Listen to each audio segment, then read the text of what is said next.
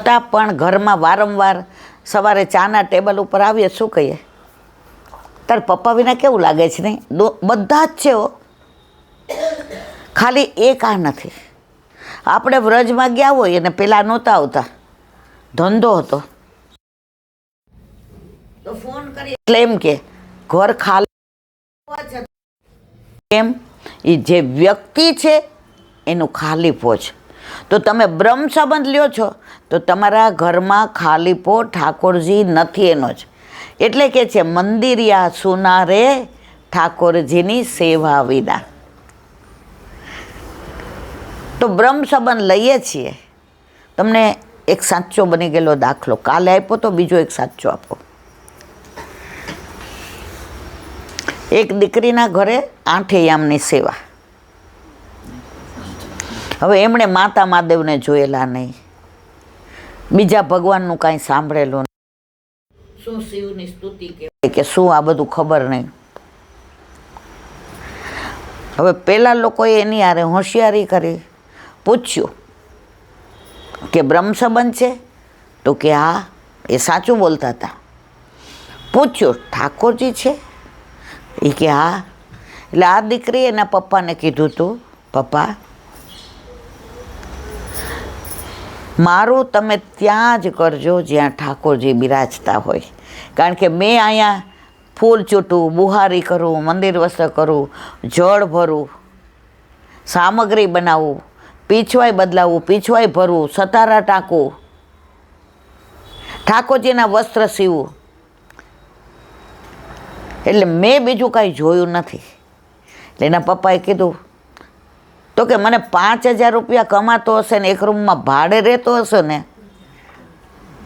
પણ જો એના ઘરે ઠાકોરજી બિરાજતા હોય તો મને પૂછવાની જરૂર નથી, તમે જ્યાં કહેશો ત્યાં કરીશ. હવે કરોડોપતિ સામેવાળા કે ઠાકોરજી બિરાજે છે. હવે સામેવાળા હોશિયાર હતા. સામાન્ય રીતે એવું એક સગાઈ થાય ને એટલે એકાદી વાર વહુને તેડું કરે. આ લોકો એવું કીધું કે આપણે 15 દિવસમાં લગ્ન કરવા, તમે તૈયારી કરો, જેના પેટમાં પાપ હોય એનું ઉતાવળ હોય, અમે તૈયારી કરીએ. આ લોકો તો રાજી થઈ ગયા, બધી પોતાની સ્થિતિ પ્રમાણે તૈયારી કરી. દીકરીને વળાવતા હતા ત્યારે દીકરીએ કીધું પપ્પા ભાઈ નથી,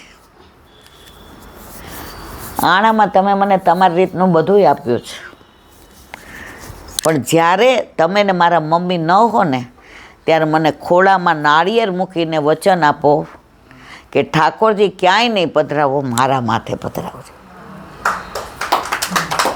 આ મારા વાલા સાચી બધી, કોઈ મારું કોઈ કપોળ કલ્પિત વાર્તા નથી. તમારા જેવા મને કહે એ હું પછી શબ્દો મારા હોય વર્ણન કરું. એના પપ્પાએ માથે હાથ મૂક્યો કે હું કે તારા મમ્મી નહીં હોય પપ્પા તમે વિલ બનાવજો, એમાં મિલકતમાં મારું નામ ન લખતા, પણ એમાં ખાસ લખજો કે અમારા ઘરે અમારા માથે બિરાજતા ઠાકોરજી અમારી ધનશ્રીના ઘરે જશે. દીકરી નામ ધનશ્રી હતું. એટલે એના વરે કીધું શું આ વોટ ઇઝ ધીસ? બહુ ભણેલા હોય ને એને ઇંગ્લિશ બોલવું બહુ ગમે. શું કામ? મારા જેવું કોઈ નહીં. પણ ગુજરાતી ભાષામાં તમને જે પ્રેમ વ્યક્ત કરવાનો આનંદ આવે ને એ ઇંગ્લિશમાં ના આવે. ઇંગ્લિશમાં કાગળ લખો તો માય ડિયર લખો, બાકી શું લખો તમે? આપણે તો બધા લખતા, અત્યારે તો બધું ઓલું ઈમેલ કટાકટ એટલે જટાજટ છૂટે છે બધું. આપણે બધા કેવા આજે કલાપીના પ્રેમપત્રો વાંચવા જેવા છે. મારે ઠાકોરજીના અનુસંધાનમાં કેવું છે, લૌકિકમાં નથી કેવું. કલાપી એમ કે જ્યાં જ્યાં નજર મારી ઠરે યાદી ભરી છે આપણી. કલાપીએ કદાચ એની પ્રેમિકા માટે કીધું હશે. રીખો એક મિનિટ. કલાપીએ ભલે એની પ્રેમિકા માટે કીધું હોય. હું ને તમે આપણા પ્રેમી કોણ છે? હવે આપણને બીજું કોઈ ન દેખાય મારા વાલા. ये तो प्रेम की बात है उदो, बंदगी तेरे बस की नहीं. જેને પ્રેમની ખબર પડતી હોય ને એ બધું સમજી ગયા.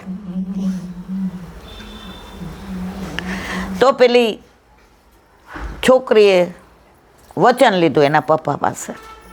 અહીં આવ્યા, આવતા વેત કે બહુ છેડાછેડી છોડવા તો માતાજીએ જવું પડશે. કે હે એ કે ઠાકોરજી પાસે છોડીએ. એટલે એની નંદીર મારા જેવી ચીબાવલી હતી. એ કે ઠાકોરજી ઘરમાં હોય તો ને આમાં તો રમતા. એ કે ઓલી મૂંઝાઈ ગઈ, ગભરાઈ ગઈ, અપસેટ થઈ ગઈ કે ઠાકોરજી નથી બિરાજતા. એના સસરા બહુ સમજુ હતા, એણે બાજી સંભાળી લીધી. એ કે અમારા દાદાને ઘરે બિરાજે છે. હવે દાદાના ઘરે બિરાજતા હોય ને આપણા ઘરે ન બિરાજતા, આપણું ઘર તો સૂનું કે નહીં મારા વાલા. એટલે એણે એવું કીધું કે ભાઈ માતાજીએ જયા પછી જ છેડાછેડી છૂટશે.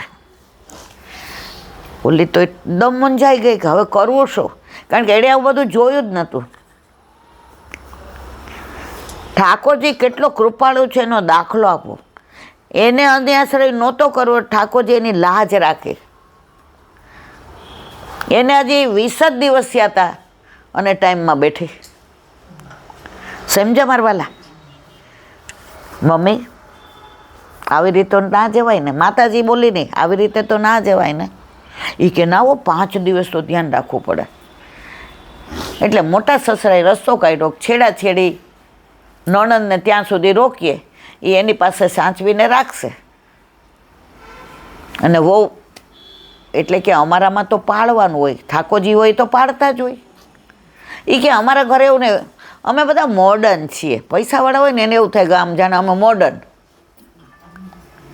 ઓલી કે પણ મારા ઘરે પાળતા હતા ને એટલે હું રસોડામાં તો નહીં જ જાઉં. એટલે એને સાસુએ ઈશારાથી કહ્યું કે ધીમે ધીમે આપણા જેવી થઈ જશે. ઓલી 5 દિવસ સુધી પુસ્તક વંચાય નહીં. મનમાં ને મનમાં શ્રી કૃષ્ણ, કારણ કે જોરથી બોલાય નહીં, શ્રી કૃષ્ણ શરણમ. હવે પરાકાષ્ઠા આવી. નણદોય તેડવા આવ્યા. એના ઘરે 8 યામની સેવા. એને કાંઈ ખબર નહીં કે આ લોકો જોવા ગયા ત્યારે આવું ખોટું બોલ્યા છે, આમ થયું છે, તેમ થયું છે. એટલે એણે નણંદને એટલે કે નણંદોએ પૂછ્યું. એ કે તું 4-5 દિવસ વધુ રોકાઈ ગઈ, ફોન કર્યો એનોય વાંધો નહીં, પણ આપણે તો નજીક છે. તો કે આવું ભાભીને થયું ને એ લોકો પાડે છે. એ કે 1 મિનિટ આપણે નથી પાડતા. એ કે તો આપણા ઘરે પાડીએ છીએ ને અહીંયા નહીં, જુઓ. સમજ્યા તમે? એટલે પછી આ છોકરી બહુ આમ ડાય અને કોઠા ડાય હતી. એના નણંદોય આવ્યા એટલે પછી 3જો દિવસ હતો. એ કે મનનભાઈ મારે એક વાત કરવી છે, અહીંયા આવો ને. નણંદોય હતા. એ કે હા. એ કે તમારા ઘરે 8 યામની સેવા છે? એ કે હા ભાભી. એ કે આ લોકોએ અમને એવું કીધું હતું કે ઠાકોરજી બિરાજે છે, એટલે મેં હા પાડી હતી. મેં પૈસા જોઈને નથી આવી. અમે કોઈ દિવસ, અમને ગર્ભના સંસ્કાર છે. મારે ગર્ભના સંસ્કારનો એક વિડીયો બનાવવાનો છે. અને જે પહેલી વાર પ્રેગ્નન્ટ હોય ને એ બધાય જોજો. અત્યારે કેમ આટલા બધા ન્યુસન્સ વધી ગયા છે. ડ્રગ્સ જુઓ, સિગારેટ જુઓ, હુક્કા જુઓ, દારૂ જુઓ, ક્લબ જુઓ, ના ખાવાનું જુઓ. છેલ્લા 50 વર્ષથી આપણે બધા સંસ્કારોને ભૂલી ગયા છે. પહેલાં જુઓ, ગર્ભના સંસ્કાર હતા, જનોઈના સંસ્કાર હતા, લગ્નના સંસ્કાર હતા. અત્યારે છે, અત્યારે તો લગ્ન થતા હોય ને ઓલા ગોર મહારાજને દઈ દે 5000, મહારાજ જલ્દી કરો. પછી છૂટાછેડામાંય જલ્દી થાય છે. તો કે ભાભી એ કે મનનભાઈ, મને આ લોકો માતાજીએ છેડા છેડી છોડવાનું કહે છે. તમને આ લોકો એવું કીધું હતું ઠાકોરજી? હા, એ કે. હવે તમારે શું કરવું છે ભાભી? મારા ઘરે આઠેયામની સેવા છે. મારા પપ્પાએ શીખવાડ્યું હતું કે બહારનું ભલે ન ખાતા હોય, સાસરીવાળા કહે તો હોટેલમાંય જવાનું, સાસરીવાળા કહે એને અનુકૂળ થઈને રહેજે. દીકરા, હવે તારા મા બાપ એ છે, હવે અમે છે ને પારકા થઈ ગયા, હવે તને મોકલે ત્યારે આવજે, હવે તું એમનું કયું કરજે. મમ્મી પપ્પા કહેશે એમ કરીશ. પણ મારી આતર એ બહુ કકડે છે કે એ લોકો ખોટું કેમ બોલ્યા. ભાભી તમારે શું કરવું છે? મનનભાઈ, હું ઘરમાં બધાને અનુકૂળ થઈને રહીશ, મને માતા મહાદેવ નથી જવું, મને છેડા છેડી છોડવાનું કે છે, મારે નથી કરવું.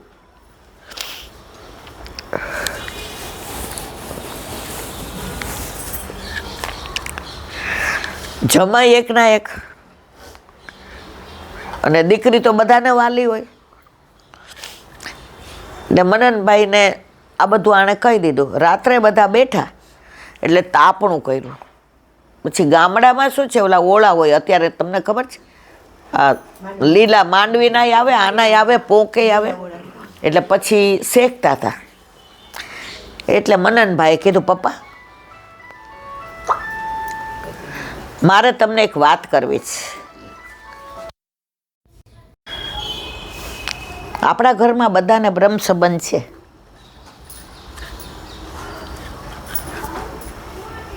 માનોની આપણા ઘરે આવી રે, એ નણંદ નામ માનોની હતું. ત્યારે અમે ચોખવટ કરી હતી કે તમારા ઘરે ભલે બધાને માનો, અમારા ઘરે અમે ઠાકોરજી સિવાય સેમાય માનતા નથી. માનોનીને પૂછો હવે જાય છે ક્યાંય? એટલે કે ના. તો કે તું છેડા છોડી છેડવા કેમ તૈયાર થઈ હતી માતાજી? એ તો અમારા ઘરે જે રિવાજ હોય તો કરવું જ પડે ને કેમ? તો કે તમે લોકોએ આ લોકોને એવું કીધું ઠાકોરજી બિરાજે છે? તો કે દીકરી અમને બહુ ગમી ગઈ હતી, સંસ્કારી છે, બહારથી એનો રિવ્યૂ સારો આવ્યો, એનો સ્વભાવ સારો છે, ભણેલી, સંસ્કૃતમાં એણે બીએડ કર્યું છે. એ દીકરી કેવી હોય? તો કે દીકરી સંસ્કારી છે એટલે લાવ્યા, બરાબર છે,